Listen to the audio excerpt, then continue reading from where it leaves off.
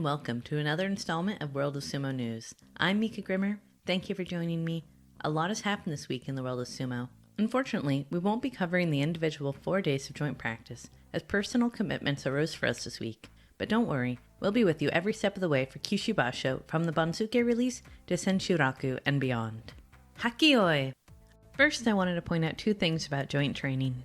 Kiribayama extended his perfect record for attending joint practice. On the other hand, neither Ozeki, Shodai, Artaka Kesho, nor the new Yokozuna Terunofuji made an appearance during joint training. Staying on the topic of Yokozuna Terunofuji, it has been announced that his first book, entitled Looking at Tomorrow from the Edge of the Abyss, it is a 274-page book looking back at his life as a rikishi, suffering from injuries and illnesses, and falling from Ozeki to Jonokuchi. The book also has testimonies from important people in his life, such as his mother and Isegahama Oyakata, as well as others. It will be released on November 27th, which is no doubt a much-anticipated date in the world of sumo.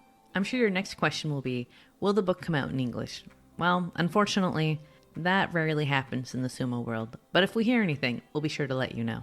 Yokozuna Terunofuji is to premiere in his first commercial after his promotion. It was announced on October 28th, Nagatani-en, a food manufacturer known for oshizuke, as well as other products, will launch their Boko Boko Panda, or Warm Panda gift campaign, which starts on November 1st. In an article in the Asahi Shimbun, former Yokozuna Hakuho's hairdresser, Akira Kato, does not hold back when discussing his dislike for the former Yokozuna, although he had served both as his hairdresser and informal advisor for many years. If you'd like to read the full article, there's a link in our description box. The Sumo Kyokai is looking to attract more youth to sumo. To do this, on October 27th, Tobizaru stars in a new children's sumo exercise video.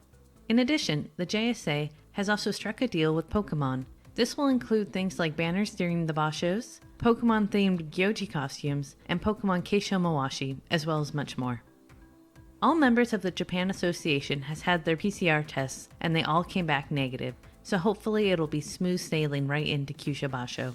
Araiso Oyakata and the housing company I Construction co-signed a partnership for lodgings for the Kyushu Basho. It has everything they'll need, from a kitchen, dining area, bath to fit rikishi, and doors custom made to be wide enough. When members of the stable are not staying there for most of the year, the building will be used for children's sumo.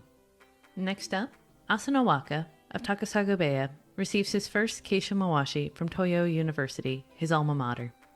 And finally, there's some new recruits in the world of sumo.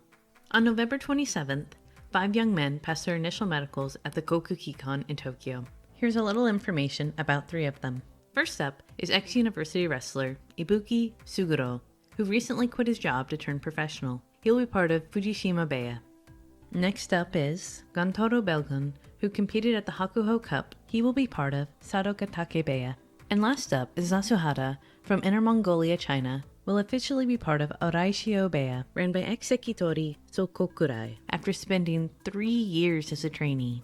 And that's it for this edition of World of Sumo News. Please like, share, and subscribe for all the latest World of Sumo content. And if you're on Facebook, please follow our Facebook page, where exclusive World of Sumo content will be released in the near future. I'm Mika Grimmer.